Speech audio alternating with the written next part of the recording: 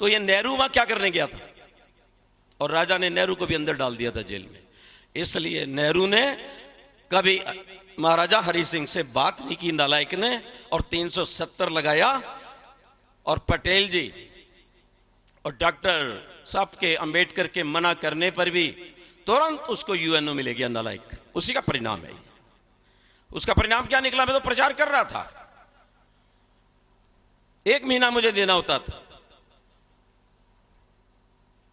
एक सज्जन रिवॉल्वर लेकर वहां पर आ गया जहां मैं ठहरा था। वो मेरा स्थान लाल चौक से लगभग 200 मीटर पर है, जहां मैं ठहरा था, श्री तिलक राज चोपड़ा।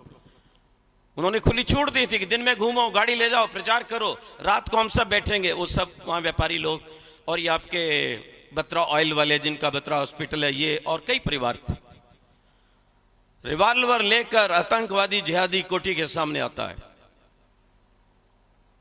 गोली मार दूंगा। क्यों? 10 लाख रुपया निकालो, बचना है तो जजिया दे दो इसको। लेकिन उसका मुसलमानों पर भी इतना प्रभाव था, इतने स्नेही थे, यज्ञ संध्या हमारे साथ करते थे, और प्रतिदिन वहाँ पर नदी के जाकर के किनारे उन पक्षियों को, पशुओं को भी जाकर अन्न रोटी डालते थे, और उन गरीबों की, मुसलमानों की सहायता करते थे।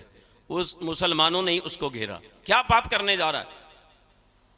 लेकिन अगले दिन उन्होंने हाथ जोड़कर कहा, आचार्य जी आपकी कीमत बहुत बड़ी है, अब आप कश्मीर नहीं आना। और कश्मीर में हमारा वेद प्रचार रुक गया। लेकिन अभी जब ये 35 से हटा, 370 हटा, तो मैंने उस परिवार के सज्जन को फोन किया। मैंने कहा अब वेद प्रचार फिर शुरू हो जाएगा, क्योंकि कलंक का टीका मोदी जी के कारण हटा दिया गया है। पर यह लगा क्यों? अपनी गलतियों के कारण, चरित्रहीनता के कारण ये बारिश के टुकड़े हुए, जातिवाद के कारण तुमने उनकी सारी बातें मान ली।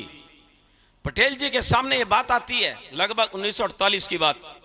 एक मुसलमान लीडर कहता है, हम मुसलमानों के लिए, अल्पसंख्यकों के लिए क्या सुविधा है?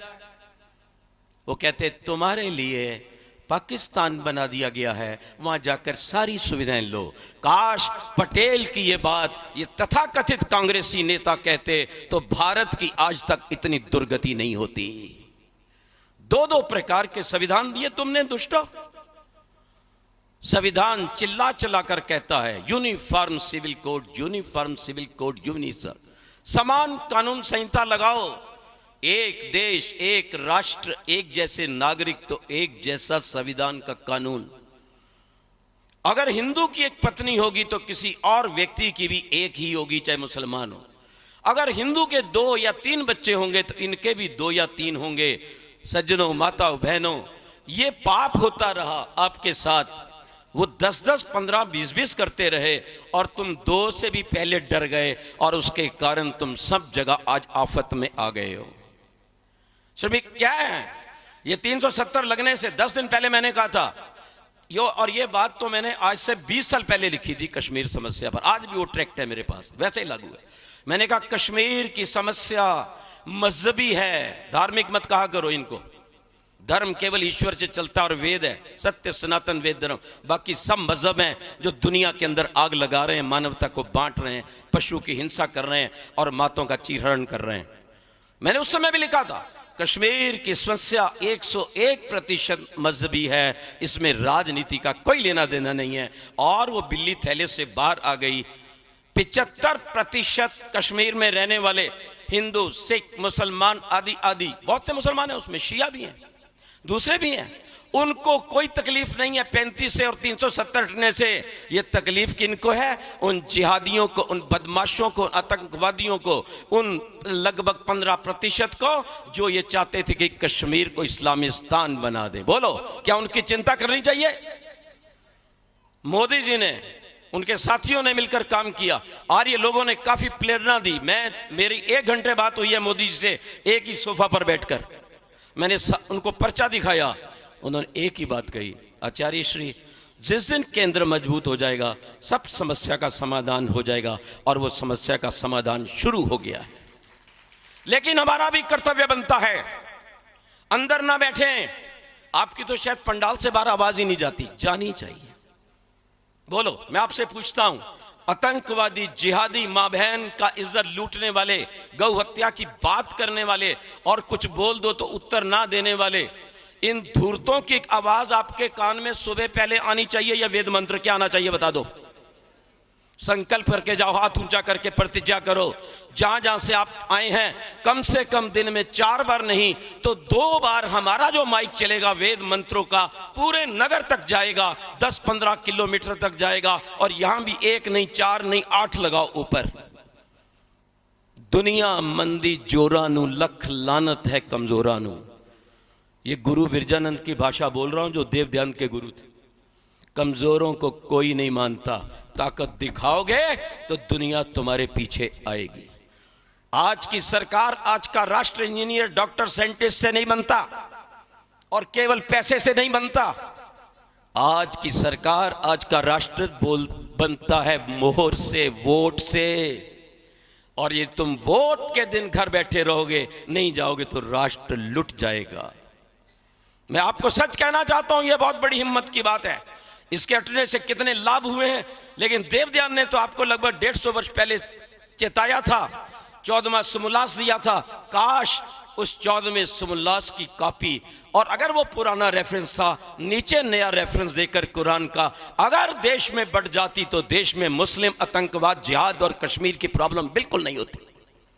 आज भी खड़े हो जाओ, प्रतिज्ञा कर लो, आतंकवाद को सहन नहीं करेंगे। और ये भाईचारे का आलाप छोड़ दो। भाईचारा, भाईचारा ये पुल है। वो महबूबा बोल रही थी आतंकवादियों की। मैं जल्दी खत्म कर रहा हूं, कृपया क्षमा करना मुझे, लेकिन बहुत आवश्यक था बताना, इसलिए मैं बीच में आया हूं। ये आपको बरगलाते हैं, हिंदू मुस्लिम भाईचारा, गंगे यमुनी, वाह संस्कृति।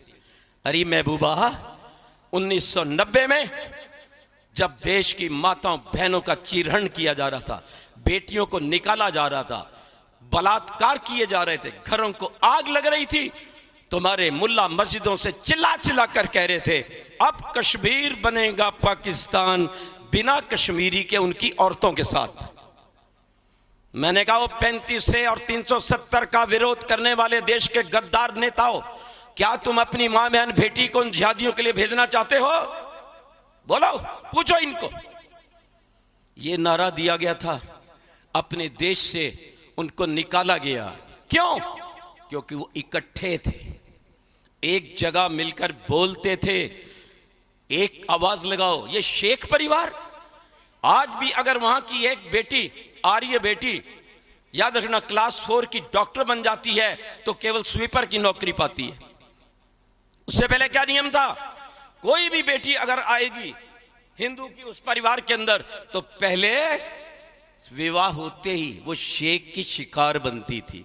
उससे बचने के लिए उन्होंने कार्यक्रम चलाया, हमारे यहाँ सुअर की बलि होती है। बोले फिर क्या होता है? बोले बलि होके जो खून निकलता है उसमें उस बहू के पैर लगाते हैं, वो पैर फिर धोए नहीं जाते, जहां जाएगी वो खून का लेके जाएगी। तब इन दुष्टों को शर्म आई, वो तो ये तो काफिर आ रही है, पैर में सुअर का खून लगा हुआ है, अब इसको लाना बंद करो। तब जाकर परंपरा बंद हुई। इंडोनेशिया जैसी स्थिति मत बनने दो, बलवान बनो।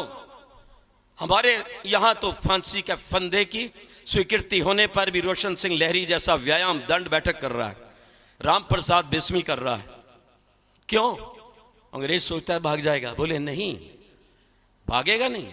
बोले फिर तुम्हें पता नहीं है मरने वाले? बोले आर्य लोग मरते नहीं हैं, आत्मा अमर है, दोबारा पैदा होकर इन्हीं संस्कारों के सवात तुम्हारी जड़ उखाड़ेंगे और भारत को आजाद बनाएंगे।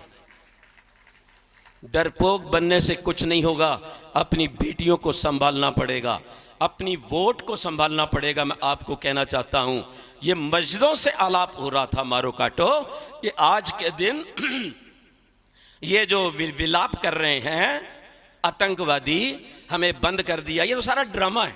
सब कुछ खुला है, मैं फोन करता हूं वहां पर हमारे लोगों से, कहते हर चीज खुली है, ये आतंकवादी डराता है। अभी वो जो दुकान खोलने वाला मारा गया, वो एक मुसलमान ही था। ये डरा के रखा कि ड्रामा बना रहे कि कश्मीर के अंदर शांति नहीं है, जानबूझ के बच्चों को जाने नहीं दे रहे। कब तक रोवोगे? पीटोगे, पीटने दो, दंडा शास्ति प्रजा दंड धर्मम विदुरबुदा। अगर ऐसे प्यार से नहीं मानेंगे और भी दंड चलेगा, बिगड़े तिगड़े सारे सीधे हो जाएंगे और कोई इलाज नहीं। मैं सच्ची बात आपको कहता हूं, आपको डरने की जरूरत नहीं है। इन गुंडों ने सोच लिया था कि भारत को अलग कर देंगे, वही आलाप था सारे का सारा। बहुत अच्छा कार्य किया वर्तमान की सरकार में, लेकिन आप सबकी सहायता चाहिए। एक जुलूस जरूर निकाल देना अपने अपने नगर में जाके। हम 35 AK हटाने का, 370 हटाने का समर्थन करते हैं। हम देश की एकता अखंडता के साथ हैं। आपके साथ वहां के शिया भी मिलेंगे, अगर कश्मीरी होंगे तो वो भी मिलेंगे। इनके अंदर डर पैदा करो, डर नहीं तो इंडोनेशिया में जानते हो क्या आलाप था? वहां के मुसलमान मां बहन का रेप कर रहे थे। ओहो, एक अंग्रेज कहता है मेरी मां को ले जाओ, बेटी बहन को ले जाओ, लेकिन गैंग रेप ना करना। बोलो, इस राष्ट्र के मैं आर्य खालसा हिंदुओं से पूछना चाहते हो, क्या तुम्हारी वो आवाज तो नहीं निकलेगी? विचार करो, शुद्धिकरण का आंदोलन चलाओ, डट के जियो। और उसी प्रदेश में एक व्यक्ति ने जाके एक ही जगह, वो कौन सी थी, और उसको भून के रख दिया। प्रभु हमें बल बुद्धि शक्ति दे, संगठित रहें, एकजुट रहें, वोट अवश्य डालें, अपने राष्ट्र को बचाने के लिए काम करें और सदा जागरूक रहकर देव ध्यान ने जो हमें दिया है उसका प्रचार करें। ओम शांति शांति शांति।